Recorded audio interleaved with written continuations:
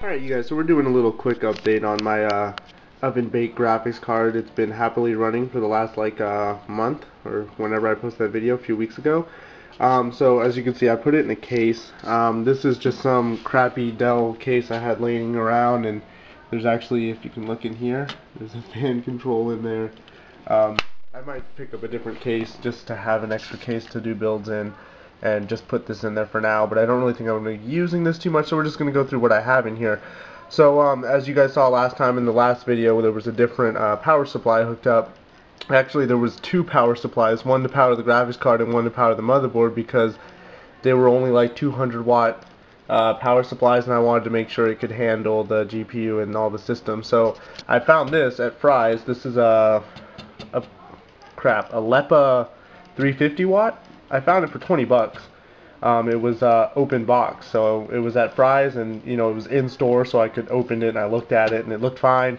It actually works just fine. Yeah, it's a LEPA. I think it actually still has a little sticker on there. Let's see. Yeah, it's still got the little clear peely sticker right here. So that the power supply works just fine. A 350 watt. Honestly, you could get away with powering like a 270X and a Pentium G on a 350 watt, believe it or not, if you make sure you don't do too much overclocking, and you get a decent 350 watt. That's enough power to power that stuff. So I was like, this will work for future builds. It's got, only thing it's sad about is it's only got one 6-pin connector right here. Sad, but it's whatever. So but anyways, we have the GTS, or 8800 GTS nvidia card with a Cooler Master seat on it, because I don't have the cooler for it anymore, and that keeps it around 40 degrees, which is pretty nice. It's not too bad at temps. Right here we have a ADATA 128 gig SSD. There's no storage in here because honestly all I have on here is like 2 games and a web browser, because that's all I really used it for so far. It's just hooked up to my TV. We have 4 gigs of DDR2 memory. I don't even know the megahertz on this. Probably only like 800 or something. But it's old memory, but it is 4 gigs, so that works out just fine. And then we have a Pentium E5300, I believe, is under here. And it's like 2.7 gigahertz, 2.6 gigahertz. So that hooks on, and then as you can see, this thing's got the little fan things right here, because that actually came off of this fan was actually hooked up to that TX3 cooler, so it's still got the mounts for the TX3 on it, but it doesn't really make a difference.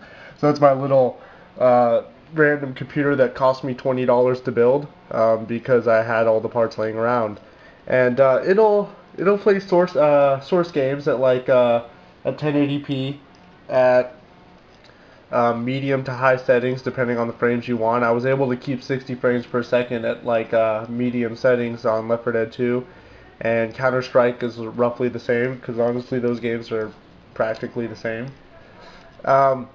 So I mean, for older gaming and indie games and stuff, this works out just fine. Actually, it can play Minecraft no problem.